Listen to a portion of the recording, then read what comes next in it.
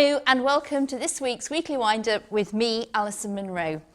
On this week's show, we are excited to have a local boy who I'm sure is set to become a rising star in the world of television. We also look at nativity plays being pushed aside. My two guests joining me today are Ellis Kirk and Alisha Berkoh. Hello. Ellis, first of all, I'd like to say thank you for coming on the show today. It's great to have you here. I know Ellis was picked out of hundreds who auditioned for a part in a David Walliams BBC production that's going to be broadcast over the festive period. So, Ellis, I've known you since you were a young boy, and I know that you were really interested in judo and taekwondo when you were little. So, I'm just wondering, how have you got into acting? I don't know. I basically at school. It was in like year 5 and 6-ish. We had like a drama club type thing, and I think I just went for it. I was like, it should be good fun, all that lot.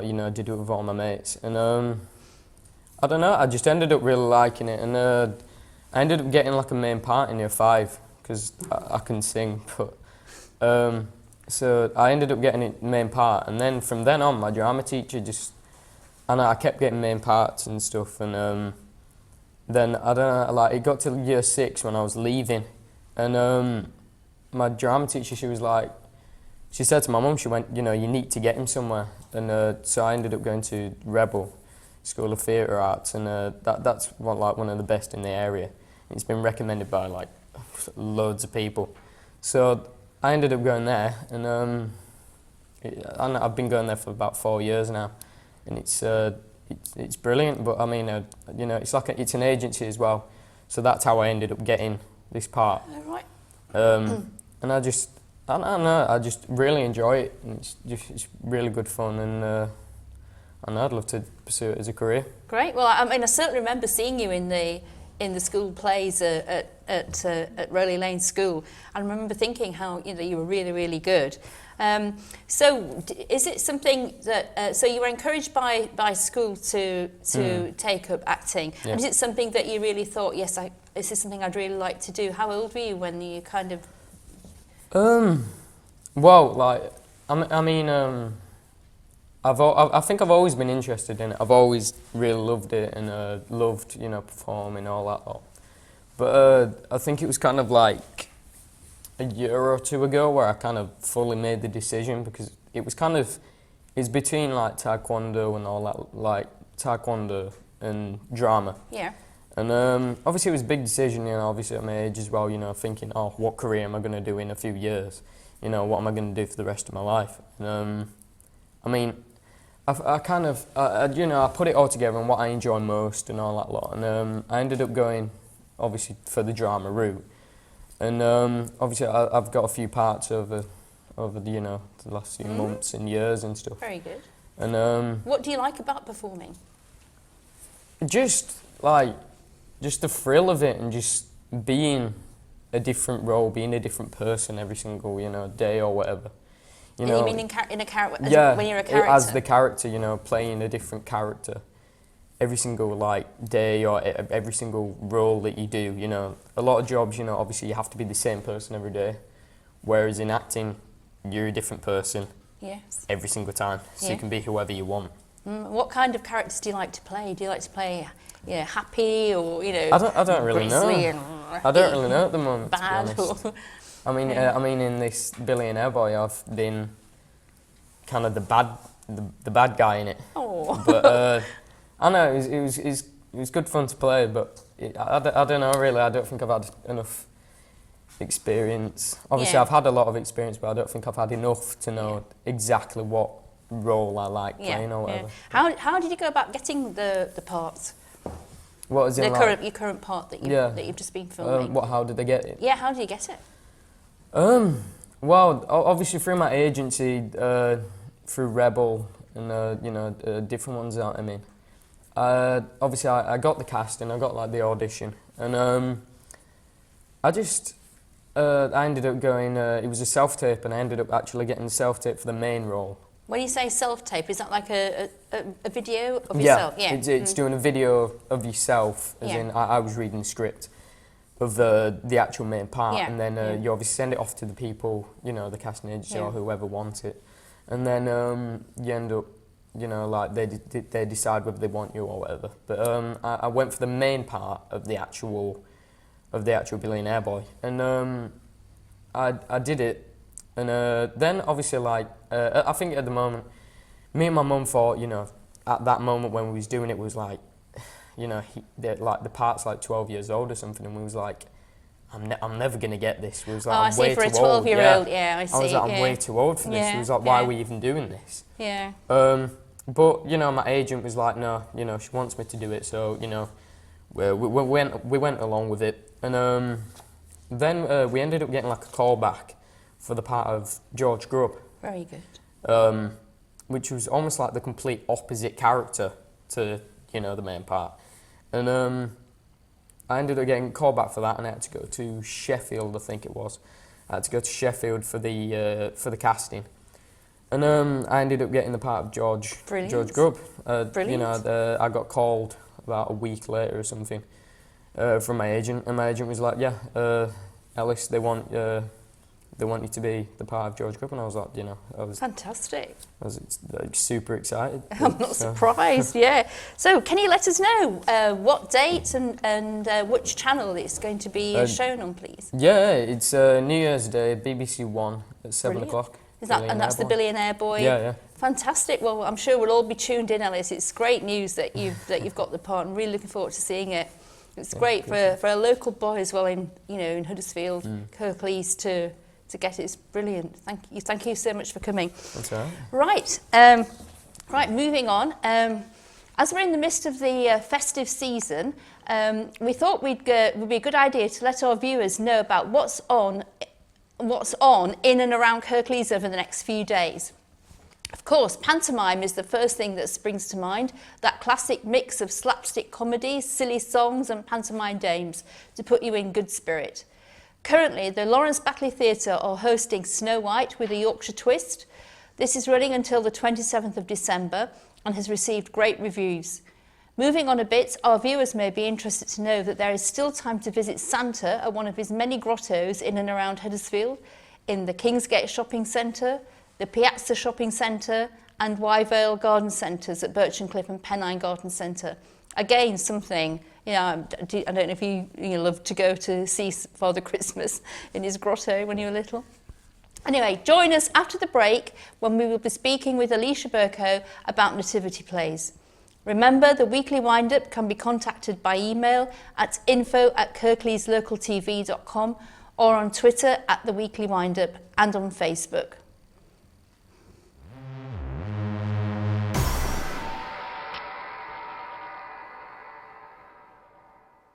However large or small your business, attracting new customers requires dedication and a lot of patience.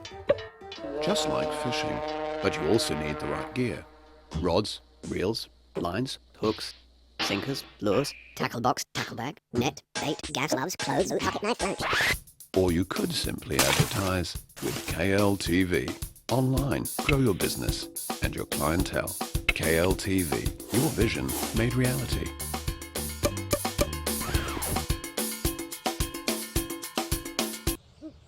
Should have gone to KLTV.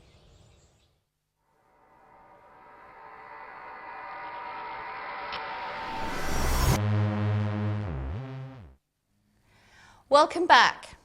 Alisha, on the 2nd of December, the BBC News reported that school nativity plays were being pushed aside. The traditional school nativity play is under pressure to modernise the story and remove religious figures, according to users of a parenting website. Parents on NetMums have given examples of characters such as spacemen, Elvis Presley and footballers being introduced to the nativity story. There are also claims Christmas plays are being called winter celebrations. Don Horrocks of the Evangelical Alliance, representing evangelical Christians, warned that it was either extreme political correctness or perhaps it reflects a nation too embarrassed to face up to its Christian heritage. About 2,000 parents have shared their experiences of how nativity plays are being adapted in some schools and how there has been no nativity play at all in other schools. This study shows many parents who aren't religious look to Nativity as a comforting part of Christmas celebrations and want their school to embrace and celebrate it, rather than make up a version with perhaps less resonance for kids, says Miss Freegard from Netmums. It seems wrong to bombard kids with commercial messages about presents and Santa without them realising the true meaning of the celebration. While the UK is a diverse and multicultural society, it's right children learn about all religion and culture, but many parents feel the traditional nativity is being pushed aside. So, Alisha, thank you for coming on the show. Did your school put on a Christmas play? And if so, what sort was it when you were at school? Well, when I was at school, I think when you were in the younger years, you did the actual nativity play. Because when I was at school, I played the king. I was a very dramatic person when I was at school. But as we got older, we did most fairy tale stories. I think one year we did Hansel and Gretel, one year we did Jack and the Beanstalk. So we kept it quite traditional, but at the same time we didn't stick to just nativity plays because that was more for the foundation year one children. But it was still, typical stories you'd hear about at Christmas, sort of thing. So yeah. All right. So do you think it's right for schools to push aside the religious aspect of Christmas in the school play and opt for something more contemporary? Well, personally, I don't agree with it. I think, we look forward to it at Christmas time, going to see your children nativity play. I think that, fair enough, you want to bring in this modern thing, but I think it's important for kids to understand, this is what Christmas is all about. You go and you play Mary, you play Joseph, and I think that's what parents look forward to seeing, seeing their children and crying at the children's nativity play. But I don't know, I think I can see why they're doing it, because obviously, all schools now are multicultural, but I think it's important for all religions to understand that in Britain, this is what we celebrate, this is a nativity play. And I've not known any parents personally who have got, Muslim, Sikh, they've not objected to having their children in this nativity play, they'll still go and watch them. I don't think not anyone that I know and spoken to, not have any objections about this being traditional. Mm. Do you think it's important for children to understand and know about the true meaning of Christmas through education and being involved in traditional, Christmas nativity? Do you think that adds to their understanding? Absolutely, yeah, because it's a story that's been going on for years and passed down from generation to generation. Even if you're not religious, I think it's important to know about this nativity story, because I think even though if you're not religious, I think you should still have a right to know about it, because it's part of British culture. It's part of the religion of this country. And I think it's important for children these days to learn about all sorts of different cultures, whether you're Muslim, Sikh, Christian. I think, especially at this time of year, this is a Christian celebration. I think it's important for all children to understand it. And I think nativity is the true meaning of Christmas, the baby Jesus being born. I think it's a nice story. It can be told in so many different ways, but at the same time, it's just nice to watch, and different schools interpret it differently, I think, but they all have that same sort of message about giving presents. Even though you might not be religious, it's still got that message of you give to people that may be less fortunate than yourselves. I think that's a strong message that comes across even if you're not religious in the nativity play. I think you're right there. So if your child's school, if they put in a more panto themed kind of style play, do you think that's saying anything to children? Is it saying anything to them, do you think, or is it, would they know any different, I guess? It depends, I suppose. I mean, pantomimes are still obviously part of the whole Christmassy thing, and I don't think there's nothing wrong with putting on a particular pantomime, but I think having drunken spacemen and aliens in the nativity play, I just don't think it's giving across that message, because to children, I think you should keep to the original characters. I don't really understand why you would want these sort of different characters in the nativity play. I think that I just don't think it's traditional, and I just don't think it's giving across that message about giving, because you've got weird characters. I don't really know where they sort of came from, aliens and Elvis Presley. I don't really understand why you would want to replace it. No. Particularly. So it's probably a good opportunity for children to be on a stage like Ellis, for example, and kind of be inspired by being on a stage and taking it as a career. I suppose it's like Ellis playing. What characters you like to play. If you want to play a drunken spaceman, you go play a drunken spaceman. But I don't think particularly younger children, you know, especially there's Elvis, they won't know who Elvis is particularly. So I think, you know, especially for younger children, it's important to keep that traditional nativity. Maybe when you get, you know, higher up in primary school, maybe, you know, you can branch out into different characters. Yeah. But I think, yeah, I see both arguments basically. Yeah. Which did you prefer, Alice? Did you like being in a... Do you like being in the school nativities when you were at Rowley Lane? Yeah, I loved being in anything, to be honest. It was Yeah. just acting altogether. But Yeah, and I remember seeing you in those school nativities. It was they were really good. Anyway, finally, finally for you, Alisha, if you were still at school, which type of play would you prefer to be in? I think I would like to still be in the nativity because from memories of school, I remember it just being really fun and you get to dress up with the, you know, your towel on your head being Joseph and the little angel tinsel around your head. I think it's just nice. It's just a nice way to sort of end the school year. Your parents coming to watch you. I think I'd definitely prefer to be in that sort of play. Okay, all right. So just some, we now have some more news for the festive season. Thanks, Alisha, for that. If you want to travel further afield this Christmas, Chitty Chitty Bang Bang is currently being posted by West Yorkshire Playhouse until the 30th of January. And where Jack and the Beanstalk is on at the Alhambra Theatre in Bradford until January the 24th. The Nutcracker is also a must-see if you like ballet. Again, if you're prepared to travel, this is being shown at Leeds Grand until January the 2nd. I think that would be my preferred choice because that's what I used to do. Finally, Alisha and Ellis, have you ever been to a pantomime? Were you going to a pantomime this festive season or? Yeah, I've been to quite a few pantomimes. Yeah, loved them. Brilliant. Yeah, they're good Just fun. nice. Aren't they? Yeah, it's especially in the festive season. It's kind of more normal, isn't it? Yeah. To go see them around that time, but no, they're good fun, good laugh. Yes, they are. Right. Right, finally, just one further thing. I just thought I should mention that in Mirfield there's a free event to take all the family to on Christmas Eve, as carols are going to be sung around the Christmas tree outside the library in Mirfield.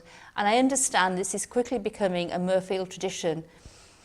So you can go home, tell your friends and family, perhaps that's something they may want to do tomorrow. So I'd just like to thank my guests, Ellis Kirk and Alisha Berkoh. Thank you so much for coming. Remember, the weekly wind-up can be contacted by email at info@kirkleeslocaltv.com or on Twitter @The Weekly Wind-Up and on Facebook. Merry Christmas and a Happy New Year from everyone at KLTV. Thank you.